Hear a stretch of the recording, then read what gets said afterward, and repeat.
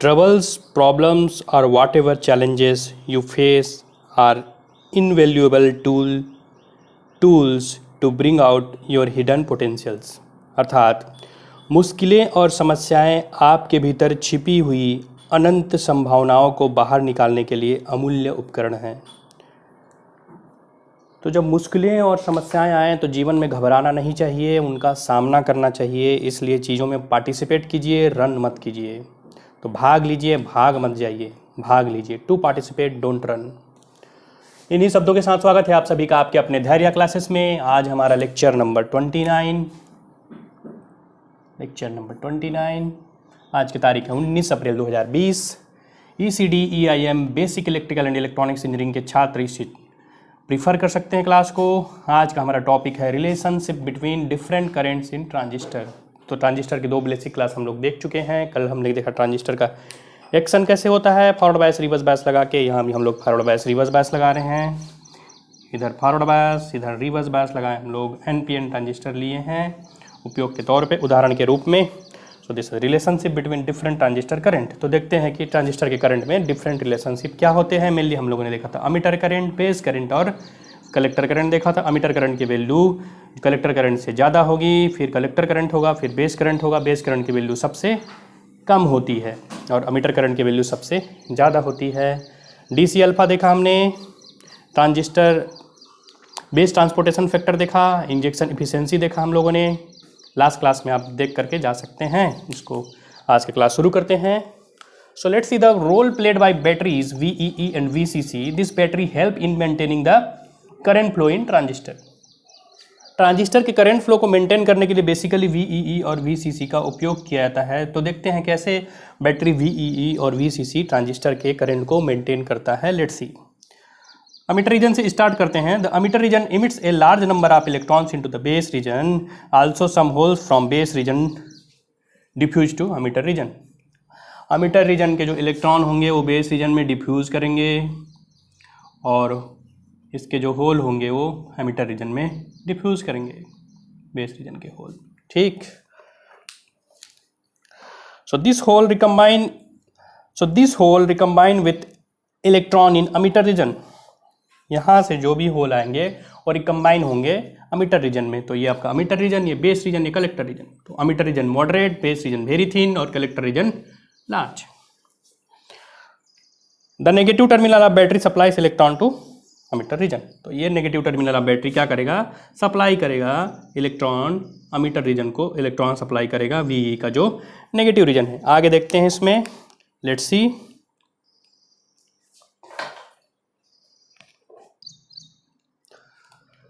So after all the battery is store house of charges. आवेश का संग्रहालय होता है। जो बैटरी होता है वो क्या है, आवेश का संग्रहालय है। आवेश को संग्रह करके रखा, स्टोर हाउस है। They can supply as much charge as needed. जितना चार्ज की जरूरत है उतना चार्ज ये सप्लाई कर सकता है। So to make a matter simple, इस चीज़ को सिंपल बनाने के लिए, साधारण बनाने के लिए क्या करेंगे हम लोग, अज्यूम कर रहे हैं। Let us assume that 100 electrons are supplied by the negative terminal of battery VE। ये जो ग्रीन है वो समझ लीजिए इलेक्ट्रॉन है। तो 100 इलेक्ट्रॉन जा रहा है, 100 electron negative terminal of battery supply कर रहा है। तो this 100 electrons enter in the E region या emitter region and constitute the current IE in emitter terminal. ये जो है IE करंट बना रहा है। तो आपको पता है, लास्ट क्लास में भी मैं बोल चुका हूँ कि इलेक्ट्रॉन का जो डायरेक्शन रहेगा उसके जस्ट अपोजिट जो है करंट का डायरेक्शन रहेगा। तो IE इसमें क्या है, due to the electron flow IE current emitter terminal में फ्लो हो रहा है। अब देखते हैं कि इस 100 इलेक्ट्रॉन का होता क्या है। अगर यहाँ से 100 इलेक्ट्रॉन जा रहा है, सफ़र करेगा, ट्रेवल करेगा, तो कैसे कैसे क्या क्या होता है। तो what happen to the 100 electrons, what happens to the 100 electrons. इन 100 इलेक्ट्रॉन का क्या होता है। Let's see. आगे देखते हैं कि the majority of this electron से 99 इलेक्ट्रॉन्स इन 100 इलेक्ट्रॉन का क्या हुआ उसको देखते हैं कि the majority of this electron से 99 electrons are injected into the base region. इस 100 में से 99 इलेक्ट्रॉन बेस रीजन में चले गए। 2 मिनट के लिए अगर बोला जाए तो मान लो इस 100 इलेक्ट्रॉन में से 99 इलेक्ट्रॉन किस में चले गए, बेस में चले गए। 1 electron is lost in the region due to the recombination with hole. एक इलेक्ट्रॉन लॉस्ट हो गया इसमें due to the recombination with hole. तो एक इलेक्ट्रॉन यहाँ माइनस हो गया। -1 electron in emitter region with the hole that has diffuse from B से जो होल आया उस होल के साथ रिकम्बाइन हो गया तो 99 उधर गया। Out of 99 electrons injected into the base, 99 electron base में चले गए। से ओनली 1 रिकम्बाइन विथ होल, अगर इनमें से एक इलेक्ट्रॉन होल के साथ रिकम्बाइन हो गया, इनमें से एक इलेक्ट्रॉन होल के साथ रिकम्बाइन हो गया तो यहाँ कितना पहुँचेंगे 98। से only 1 you can't recombine the whole, the rest of them say 98 electrons reach the collector region। 100 में से एक इलेक्ट्रॉन यहाँ रिकम्बाइन हो गया होल के साथ, 99 यहाँ गए, 99 में से एक इलेक्ट्रॉन फिल होल के साथ रिकम्बाइन हो गया, 98 यहाँ जो है कलेक्टर में पहुँचे। This happen because the base reason is very thin and lightly doped. ये सब क्यों होता है? क्योंकि बेस बहुत पतला है और लाइटली डोप्ड है। आगे देखते हैं। आगे देखते हैं। In this manner the base reason loses only 2 holes. Base reason ने क्या करेगा? 2 होल लूज करेगा। तो कौन कौन से में होल है? तो 1 डिफ्यूजेस टू अमीटर रीजन, एक जो है अमीटर रीजन में डिफ्यूज हो गया, and other is lost in base region itself due to the recombination. एक इधर डिफ्यूज हो गया और इधर रिकॉम्बाइन हो गया, तो बेस में क्या है? 2 होल हो गया। अब होल क्या होगा? होल क्रिएट होगा। So the loss of this 2 holes is made by creation of 2 fresh holes in the crystal near the B terminal।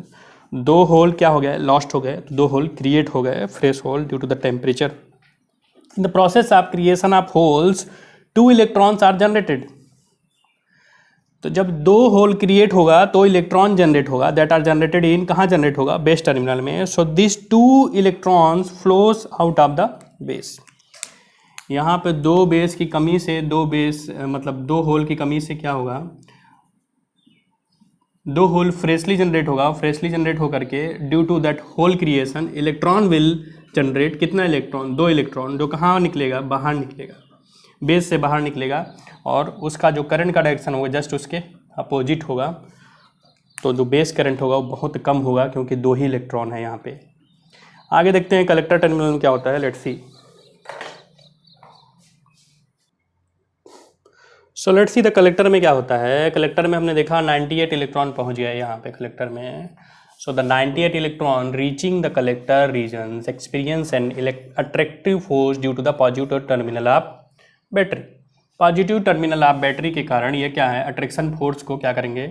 Experience करेंगे या फिर अनुभव करेंगे 98 इलेक्ट्रॉन जो होते हैं। So they travel out the collector terminal, ये कलेक्टर टर्मिनल से बाहर निकलते हैं, and reach the positive terminal of the battery. कितने निकलेंगे? तो यहाँ से 98 निकलेंगे। कौन से टर्मिनल से? कलेक्टर टर्मिनल से 98 निकल गए, 98 निकल गए, ठीक।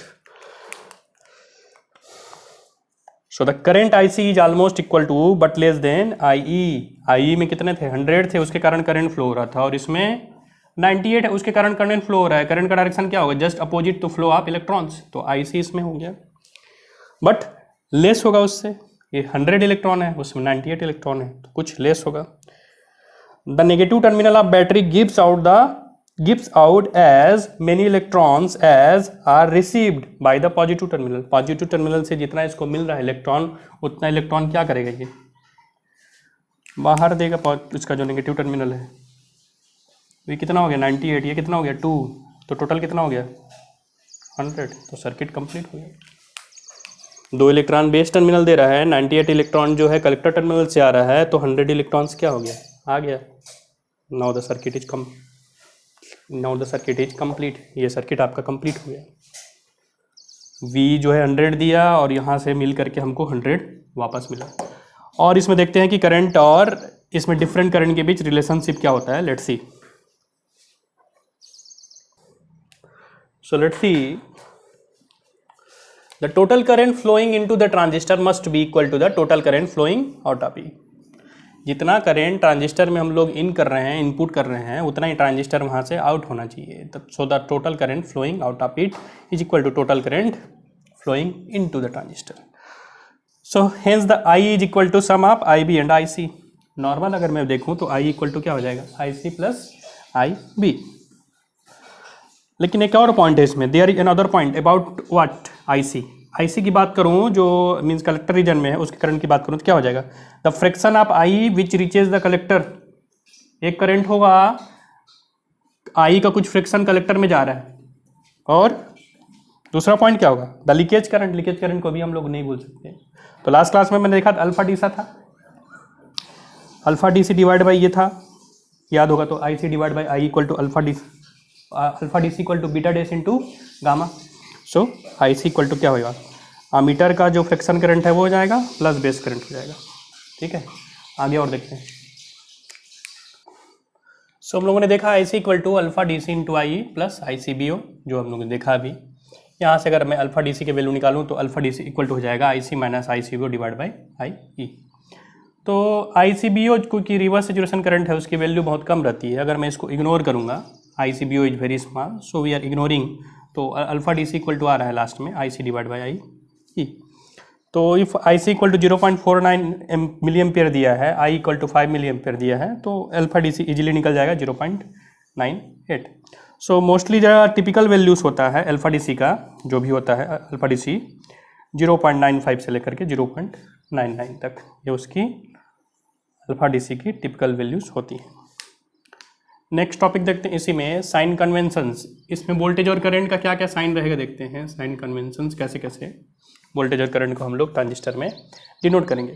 So the sign convention for the current and voltages in a transistor is same as followed by a two port network. तो टू पोर्ट नेटवर्क देखे होगे, दो पोर्ट रहेगा इसमें, input port output port, two port network है ये।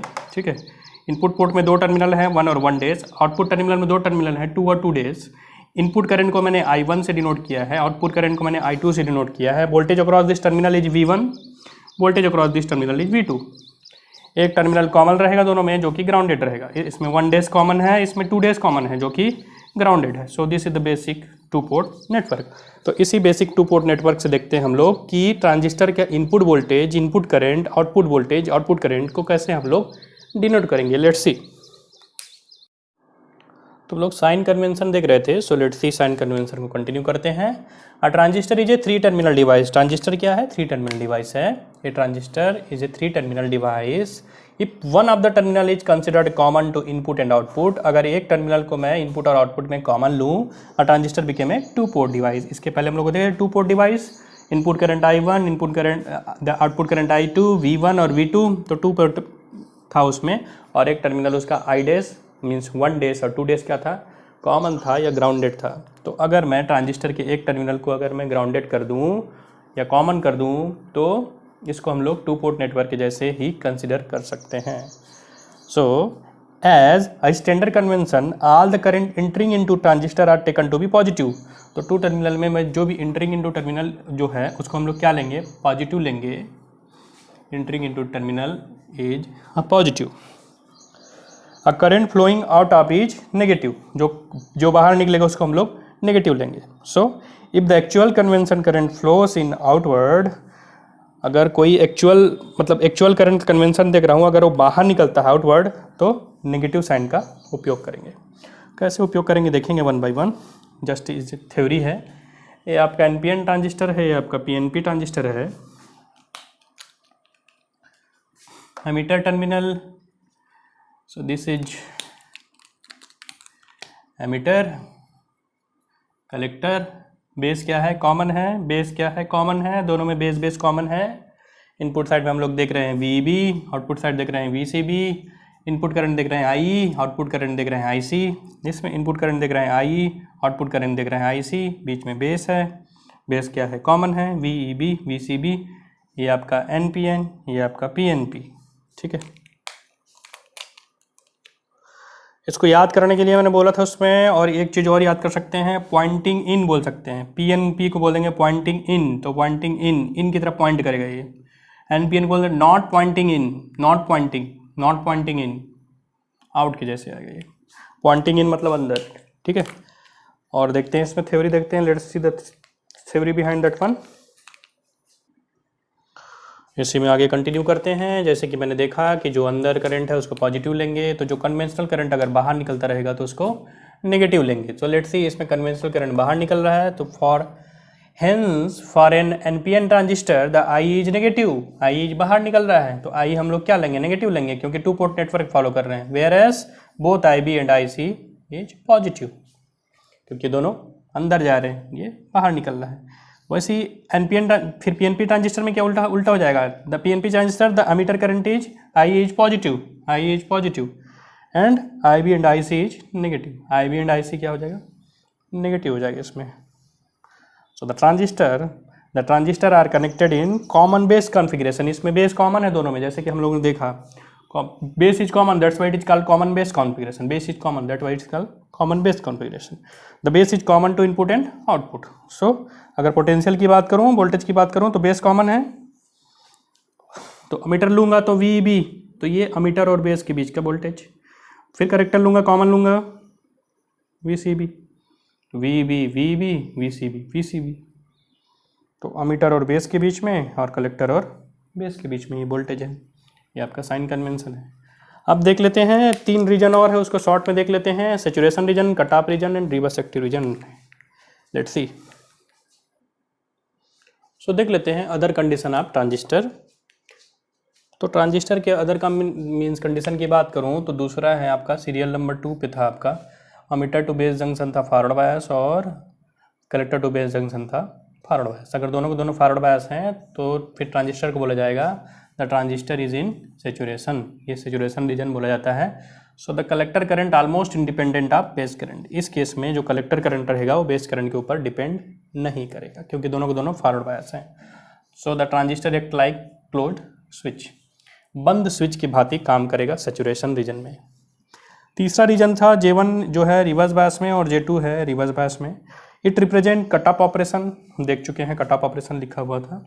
So the ammeter does not emit electron into the base, चूंकि ये रिवर्स बायस में हो गया अमीटर टू बेस रीजन, तो इमिट नहीं करेगा इलेक्ट्रॉन किस में, बेस में। So it is just like a open switch, इस केस में हम लोग ओपन स्विच के जैसे बिहेव करता है बोलते हैं ट्रांजिस्टर को।